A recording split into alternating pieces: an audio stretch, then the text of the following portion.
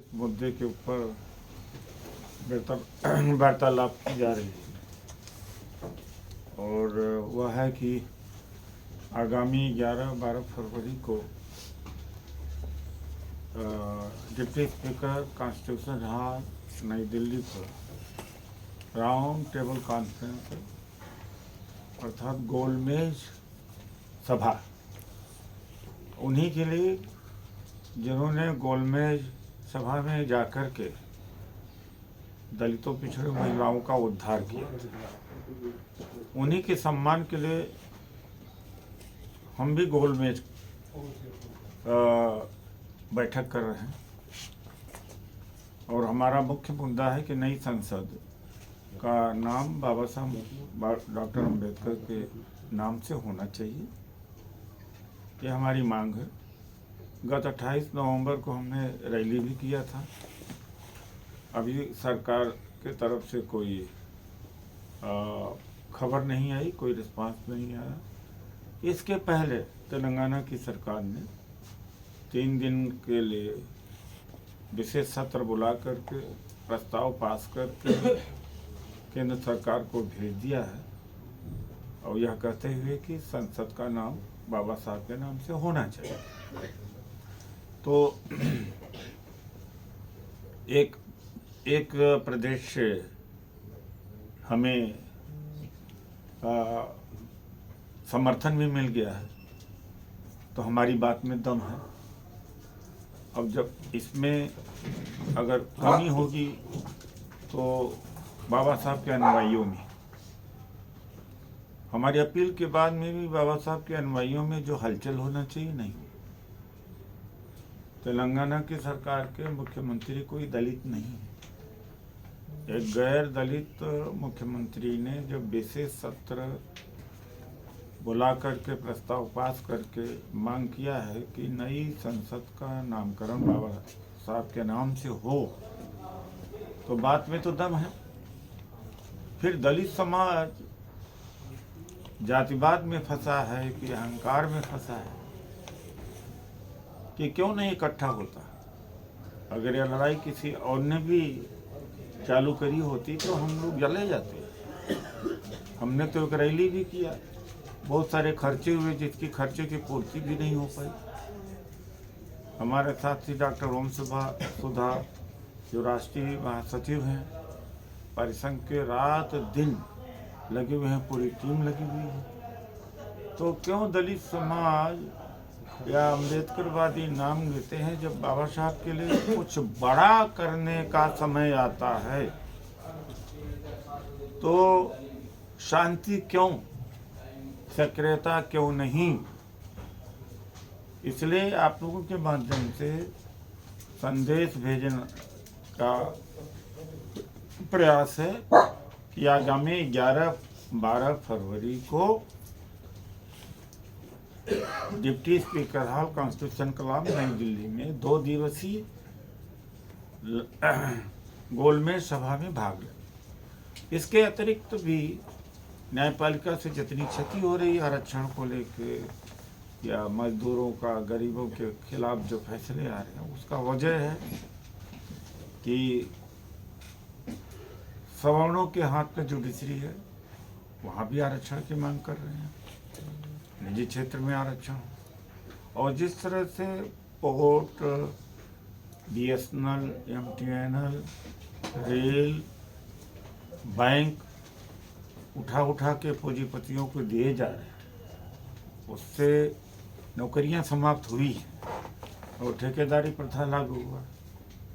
Lateral entry के माध्यम से तमाम अधिकारी घुसा दिए गए। इसके खिलाफ हमारा आंदोलन है। ये भी मुद्दे हैं जिस पे विचार नहीं है। ये किसी विशेष संगठन का नहीं है। जिन तक को खबर लगे हमें पहले से सूचना कर दें, क्योंकि इसका शुल्क भी रखा है डॉक्टर ओम सुधा जी ने। 2 दिवसीय कार्यक्रम है। तो फ़ोन नंबर डॉक्टर ओम सुधा जी का है 8789325595। तो जो अम्बेडकरवादी हैं और जो मानवतावादी प्रगतिशील लोग हैं, जो चाहते हैं कि समाज में समतामूलक समाज की स्थापना हो, न्याय मिले और नई संसद का नाम बाबा साहब के नाम पर हो, तो संपर्क करें। धन्यवाद। सर, योगी कह रहे हैं कि सनातन धर्म राष्ट्रीय धर्म है। मैंने कल टेलीविज़न पर देखा तो हमने कहा कि अगर सनातन धर्म राज धर्म है तो सिख, ईसाई, मुस्लिम, जैन, पारसी धर्म का कहाँ अस्तित्व है, हम कहाँ खोजें उनको। उसके बाद ऐसा लगता है भूचाल आ गया। आज तो सुबह हम उठते ही देखा 10-5 टेलीविज़न वाले आ गए, तो हमने कहा भाई एक विमर्श हम कर रहे हैं, पूछ तो रहे हैं कि दूसरे कोई धर्म है कि नहीं है यहाँ पर। फिर एक बात और आई, और एक बात मैंने और पूछा कि सनातन धर्म में दलितों, पिछड़ों, महिलाओं की स्थान किस जगह पे है, वो भी बता दें। तो ये तो एक विमर्श मैंने किया और ये जवाब अपेक्षित है। तो आज दिन भर लगता है कि मूल रूप से यही न्यूज़ चलेगी। तो संवाद किया जा रहा है, तो आरएसएस के प्रचारक, सरसंघ चालक या योगी जी इसका जवाब किस तरह से देखते हैं, उसका हम इंतज़ार कर रहे हैं, दलित समाज इंतज़ार कर रहा है। सर, अडानी डूब रहे हैं, ऐसी खबरें आ रही हैं, भारी नुकसान हो रहा है उनको, आप भी निजीकरण का विरोध करते रहे। हिंडनबर्ग एक रिसर्च संस्था है, उसने 88 सवाल किए हैं और उसके बाद में लगभग 1.5 लाख करोड़ का घाटा अडानी को हुआ, 2.5 लाख करोड़ का जनता का हुआ। मैं जनता से अपील करूंगा आपके माध्यम से कि जिन्होंने इनके यहाँ शेयर लगाया हो तुरंत शेयर बेच दे, और मोदी जी से उम्मीद करूंगा कि SBI, LIC के पैसे को बचाएं। वो पैसा डूब रहा है, जनता का डूब रहा है, और ये फर्जी इनका मूल्यांकन हुआ है। तीसरे स्थान से 7वें स्थान पर चले गए 24 घंटे में। तो इस उद्योगपति को जेल भेजा जाना चाहिए, गिरफ्तार किया जाना चाहिए।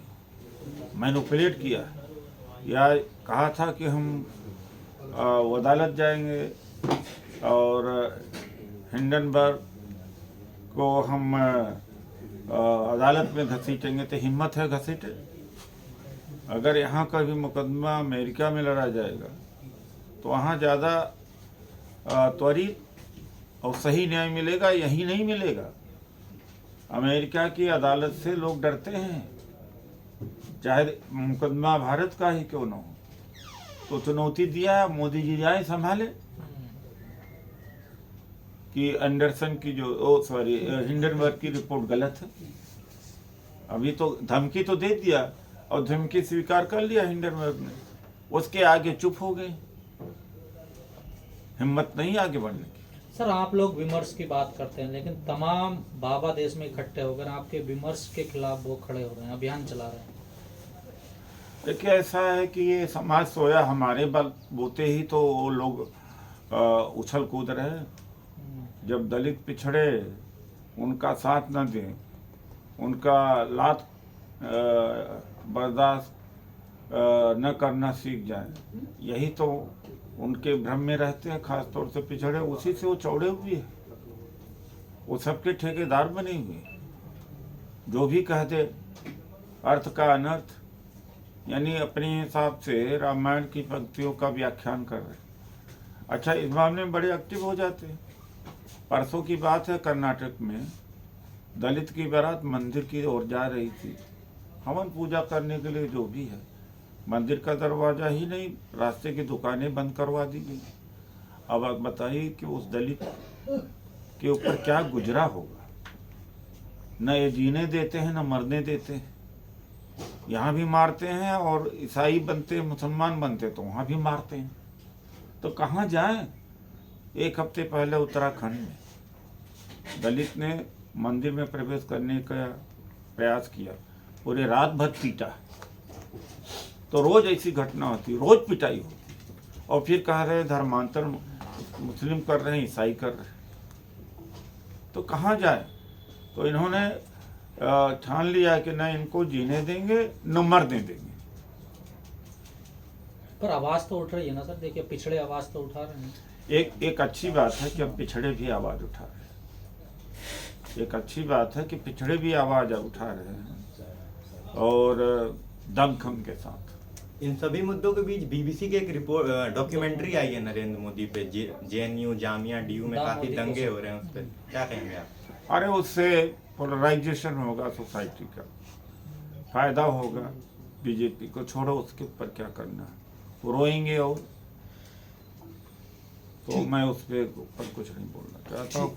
इस देश के वामपंथियों के समझ में नहीं आया, जितना हाय तौबा मारपीट या जितनी मुस्तैदी सिक्स के ऊपर भिड़े हुए हैं दलितों को आरक्षण के लिए या निजी क्षेत्र में आरक्षण के लिए या और मुद्दे को जहाँ अत्याचार है, भिड़े तो कम्युनिस्ट पार्टी का भी भला होता और बीजेपी भी कमज़ोर होती। तो इस देश के कम्युनिस्टों को समझ में आती नहीं बात। ये डॉक्टर ओम सुधा ने कल मुझे बताया तो मुझे ख्याल आया इस बात को।